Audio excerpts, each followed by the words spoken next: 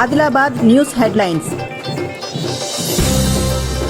ఆదిలాబాద్ జిల్లా కన్నేపల్లి మండలంలో ఘనంగా జరిగిన ఆదివాసుల బోనాలు. ఈ రోజు మంచిర్యాల జిల్లా కన్నేపల్లి మండలం ఎల్లారం గ్రామంలో ఎల్లారం పోచమ్మ బోనాలు ఆదివాసులు ఘనంగా జరుపుకున్నారు. ఈ కార్యక్రమంలో ఉమ్మడి ఆదిలాబాద్ జిల్లా ఆదివాసీ కోలవార్ జాతి రాష్ట్ర అధ్యక్షుడు బురుసు పోచయ్య, మంచిర్యాల జిల్లా అధ్యక్షుడు కమ్మరి భీమయ్య, రాష్ట్ర ఉపాధ్యక్షుడు బురుసు గోపాల్, మంచిర్యాల గౌరవ అధ్యక్షుడు కోడుప శంకర్ ముఖ్య అతిథులుగా బోనాల జాతరకు రావడం జరిగింది. రాష్ట్ర అధ్యక్షుడు పోచయ్య మాట్లాడుతూ ఎల్లారం పోచమ్మ గుడిని డెవలప్మెంట్ చేయాలని, రోడ్డు సౌకర్యం, కరెంటు సౌకర్యం కల్పించాలని, భక్తులకు ఎలాంటి ఇబ్బందులు కలగకుండా చూడాల్సిన బాధ్యత ప్రభుత్వందేనని అన్నారు.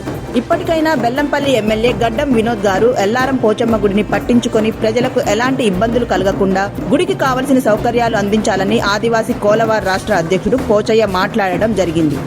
ఇవాళ కన్నెపల్లి మండలంలో ఉమ్మడి మంచిర్యాల జిల్లాలో కొలువైనటువంటి మా ఎల్లారం పోచమ్మ తల్లికి అనాదిగా వేలాది మంది భక్తులు ఇక్కడికి తమ తమ మొక్కులు తీర్చుకోవడం జరుగుతుంది.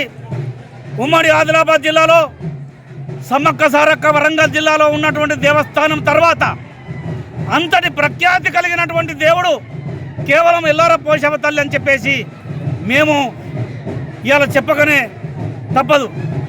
ఇంతటి ప్రాముఖ్యత కలిగినటువంటి దేవాలయానికి సరి అయినటువంటి రోడ్డు సౌకర్యం లేదు, సరి అయినటువంటి మంచినీటి సౌకర్యం లేదు, సరి అయినటువంటి పర్యవేక్షణ లేదు. ఈ దేవాలయాన్ని ప్రభుత్వము తమ యొక్క ఆధీనంలో తీసుకొని ఇక్కడ ఉన్నటువంటి పూజారులకు, ఆదివాసీ పూజారుల యొక్క క్షేమాన్ని కోరుకుంటూ ఇక్కడి ఎల్లారం పోచమ్మ తల్లి యొక్క దేవుని యొక్క క్షేమాన్ని కోరుకుంటూ ఇక్కడ ఉన్నటువంటి వచ్చేటువంటి భక్తులకు